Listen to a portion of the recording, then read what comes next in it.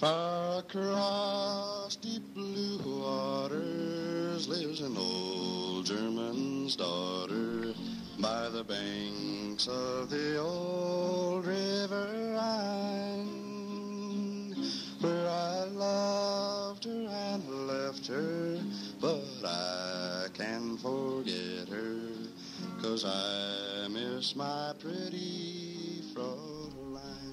Dwayne Arden Johnson was born on December 24th, 1935. He was a beloved husband, father, and grandfather. Grandpa was Dad was a perfectionist.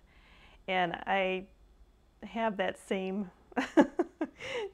trait that he did as being a perfectionist. In fact, to the point where it, drives me nuts sometimes. But from him, I guess I learned do it right the first time. I admired his work ethic and his perfection on everything. He would put up his all into everything he did. Dwayne grew up on a farm in White Lake, Wisconsin. He'd have to go get the eggs from the chickens, and they had a really mean rooster, and he'd put all the eggs in his pockets and run from the rooster. And by the time he jumped the fence, the eggs would all be broken in his pockets.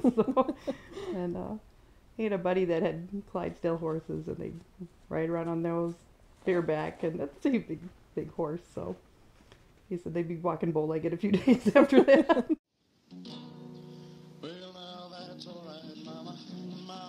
He was very involved in the band in high school.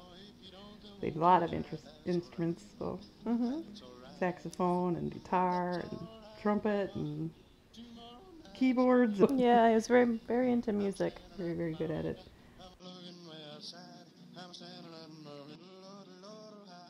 Yeah, he was going to be a music teacher. He got a job at Metal Forms in Milwaukee, and then ended up retiring there. While living in Milwaukee, Dwayne met the love of his life, Marilyn. They were set up on a blind date. I remember her mom saying that she was probably never going to date him again. She wasn't too sure about him, but then they ended up dating again and falling in love, and they got married. Well, when I first started dating Julie,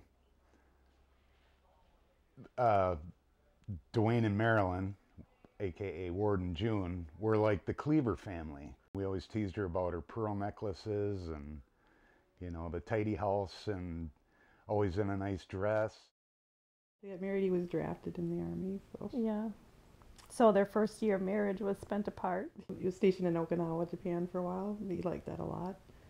And he'd say him and his buddy used to walk around in the streets with their guitars and play them, and all the locals would come running after him like they were rock stars. He was quite the shooter in the Army. He had a trophy for a sharpshooter. He told me a story where they were sitting on some bleachers, and they asked who was your best shooter, and they said Johnson.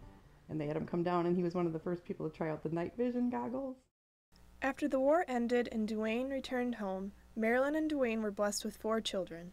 Well, each of us kids have a name that my dad picked out after a singer. My name is named after Julie London, who is a singer. Named after Gina Rowlands, and our sister Joni was after Joni James.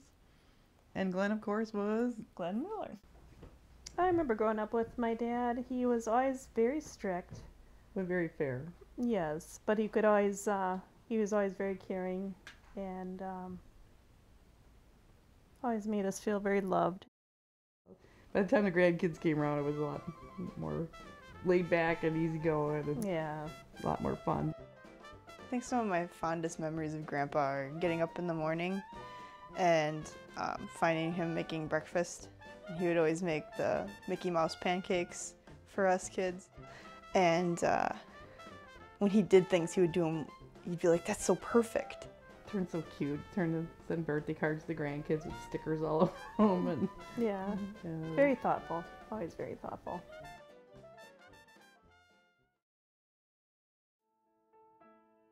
After a long battle against cancer, Marilyn passed away on January 7, 2003. I think after Grandma died is when we really became close to Dad.